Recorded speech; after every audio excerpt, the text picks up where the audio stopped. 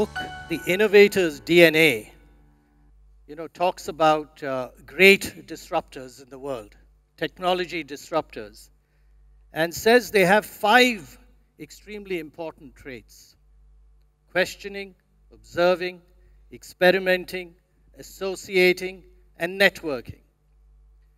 The young men we have on stage today represent these traits in spades and perhaps more. In fact, they bring to mind Da Vinci's famous statement about people of accomplishment.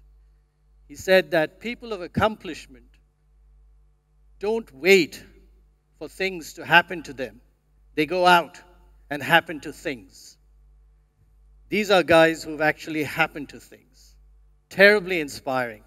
So let's start with SpaceKidz and with a video which gives a brief introduction about SpaceKidz. I want to become an astronaut when I grow up. When I grow up, I become a scientist. After I grow, I want to become a NASA scientist. We as young generations are pressurized by our parents to join these careers such as medicine, engineering and then MBA. What I feel personally is there is a life more than that. There's an entire space to explore. And I personally had a big dream to make a satellite when I grow up. Aerospace is one such thing that you cannot read through the textbooks. Of course, though the equations and all come from the books, it needs a lot of practical experience, like making of rockets and satellites need absolutely doing with your hands.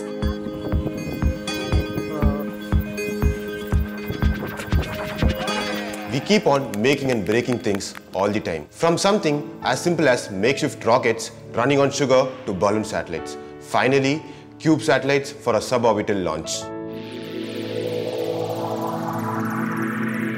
After one of our successful projects, we asked ma'am to make us gulab jamun as a treat because we are all very excited that we had finally finished this. So while eating them, Rifat came up with an idea to make a satellite which is in the size of a gulab jamun. So it will be much lighter and much smaller. The size and the weight makes a real impact on launching a satellite. And that's how we made the lightest and the smallest satellite, Kalamsat. After 2 years of research, we built our Kalamsat, which is just 64 grams, and first time fully 3D printer with 10 sensors, which was launched into space by the US Space Agency, NASA. There were so many payloads in the mission, and ours was the only satellite, the only one from India. And it was selected from about 86,000 entries from all over the world. Despite all odds, Kalamsat was a super success and the entire world took a notice of us. Fabulous story, guys. So before we come to the gulab jamun, right? How did you get interested in aerospace? I really didn't know. It just happened for me. Just happened, huh? Yes. Okay. Honest answer. How about you, Tanish? I went into a boarding school, and since standard 8, I had this idea of becoming an aerospace engineer, and my seniors also recommended me to proceed. So that's how I got into this. Okay. So from what I hear, July 2015 was a very special month for you guys. What happened then? One fine college day, it's just a usual day at college where we have been going around. We saw this bulletin on notice board that an educational trip to NASA, which is organized by SpaceKidz India, where we were really excited that if there is a possibility of opportunity of going to NASA. So we registered and we connected to Dr. Srimati Kesan ma'am through college, and we finally made it to NASA, and that was really a turning point for us. So what happened there that was so important? It was amazing that after registering, we have been to NASA, which is absolutely amazing because here we have this theoretical knowledge which we never get to experience in practical. So when we have been to NASA, we have had this hands-on experience of rocket science, and we got to know what really aerospace is. So you came back and?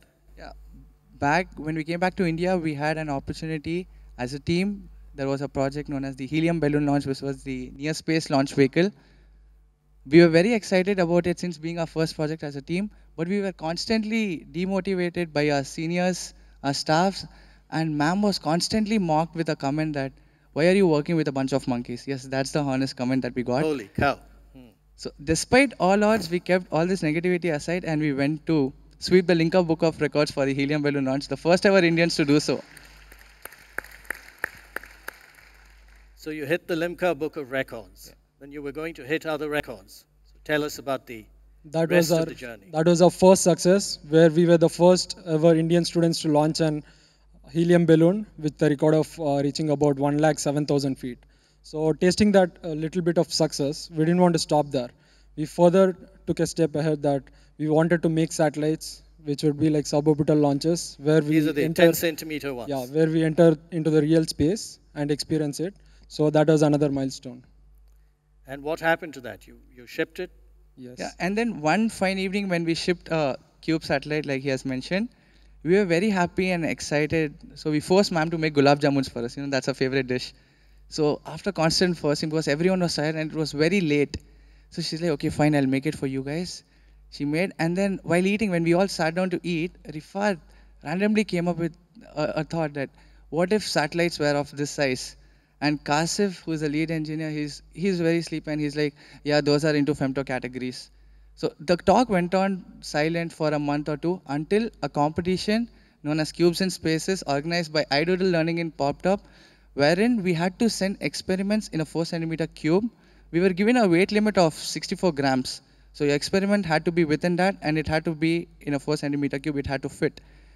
So then the idea of this thing revoked. We are like, we thought about this, so why don't we execute it? So that went on to the making, and that day the Kalamsat project begins. That's when it was approved as a project, and then what did you do? So Kasif documented this proposal, as in it got approved in a very funny way. I can tell you, the CEO of iDoodle Learning commented that I literally fell off my chair. Is this really possible? So we in return replied, yes, it is possible and we'll do it for you. So that's when we started our research. Now the thing was, we had to start from very basic. It wasn't available in the market, this experiment, this research, nobody had done it before, so we had to start from the very scratch.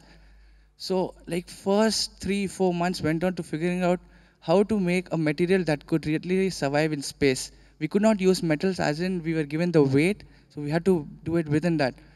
So Vinay put in a lot of efforts, he's a structural engineer. We came up with different materials that had to pass through test. Test being in a satellite is being tested in heat, freeze, and then gravitational forces. You had access to some good labs and so on? Or? Frankly speaking, we did not have any labs at that time. We made use of the available resources. For example, the dining hall, the kitchen, and whatever we could. You're kidding. I'm kitchen, not, huh? Back to the gulab jamun. I'll give you some example. I'm not kidding. So basically, the 3 tests, like I've mentioned, we put those structures when we were experimenting, researching. We put, for example, the boiling. We put the structure that we made into a bowl of boiling water to check if it's withstanding even 100 degrees Celsius. For the freezing test, we put it into a deep freezer. And then for the gravitational test, we just taped it to a fan and rotated it to its maximum speed. So this is how we did the engineering right. I don't know if this is creativity or jugaad. Dr. Mashelkar can draw the fine line of distinction, but fantastic, fantastic. Okay. So the kitchen cabinet worked, and what happened next? And then we finally landed up with this material known as reinforced carbon fiber polymer. That is what the Kalamsat structure is made of. The next we were planning to, we had our own motherboards to be made. We had to program that so that the sensors responded well at every altitude at any given amount of time. So another 2-3 months went off researching about the experiments, the equipments that we had to put into Kalamsat. So like after 8 to 9 months of solid work, we literally shipped that product off to US. Fabulous. And it was launched when? It was launched on 22nd June of 2017. And how long did it spend in space? It was a 240-minute mission. Kalamsat spent 240 minutes in space. And where did it go after that? After that, it got retrieved. It's basically a suborbital launch. It was a suborbital launch. It was retrieved the very day. Yeah? You have it? Yeah, I actually have it. The actual one? We'll show it to the... So this is Kalamsat. This is the original one that went onto a rocket. The gulab jamun turned into satellite. Doesn't look like a gulab jamun, but who cares, right? Fantastic. So tell me, guys, amazing story, amazing. You know, you talk about association and so on. Classic, it should be featured in a book. Going through all this, which you did at a very young age, what is the, I don't want to oversimplify it, but what's the one lesson that you learned that you think you should share with us? It's a difficult question, though I would say that it would be teamwork, because that's the only thing which we had this longest journey where we could come all through this. That's Teamwork. how, yeah. So I talking could about quote it team, like one for all for one. That's what. yeah, like the Musketeers. Good. Yes. So talking about teamwork, there was a biologist in your team, right? Yes. What was that about? Okay. So Kalamsat just did not carry electronical instruments to measure the radiations and everything, but it carried two types of seeds. Those were the basil and the sunflower seed. Now you may be like, why seeds? Yeah. So recently, all the space agencies on a space race, again, we can tell it, because everybody is looking to how should we colonize Mars? How do we get to the moon? How do we leave Earth? So in order to colonize a planet, you do need agriculture over there for us to survive, the humans. So Gobi, the biologist of our team, he's researching upon how to do agriculture without water. So basically a waterless agriculture. So that's how. Super. And was the weight of the seeds counted in the weight of the satellite? Yes, we made it within that. So what was the? It was, the guideline said 64 grams, but we did it in 63.54 to be precise. And the 4 centimeter cube was minimized by 3.8 centimeter. So we did it. Terrific. So tell me, Tanishq, what is your one learning? Like from my personal experiences, what the team came across, I would tell that if you have to do something in life, you just go for it. There'll be people who will be standing for you, who will be mocking at you.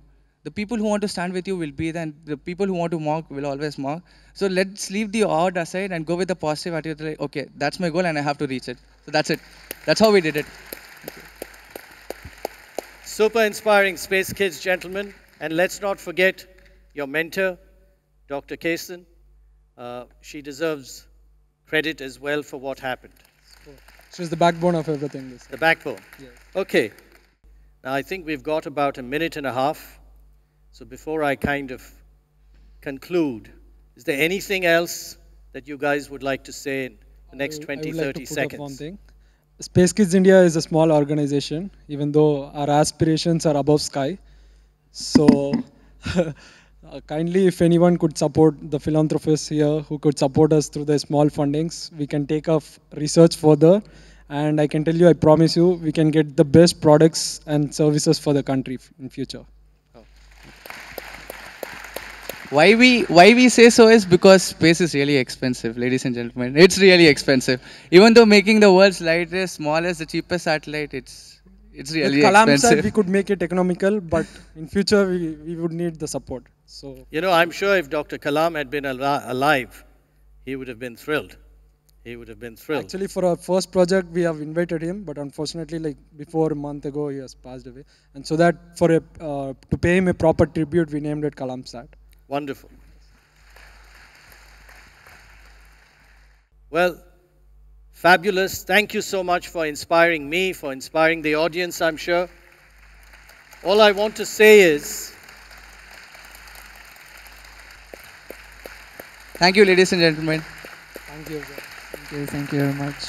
All I want to say is, besides the technical smarts, the obvious great intelligence and hard work and so on, I think you've all shown a vision for a larger purpose, which is very rare. It's very rare to have that kind of view, and you've shown that. And secondly, to your point about South Koreans and so on, or anyone for that matter, I think you've brought in the sense of humanity into your work.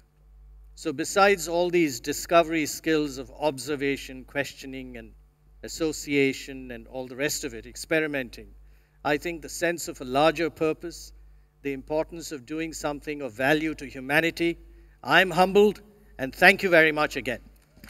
Thank you. Thank you very much.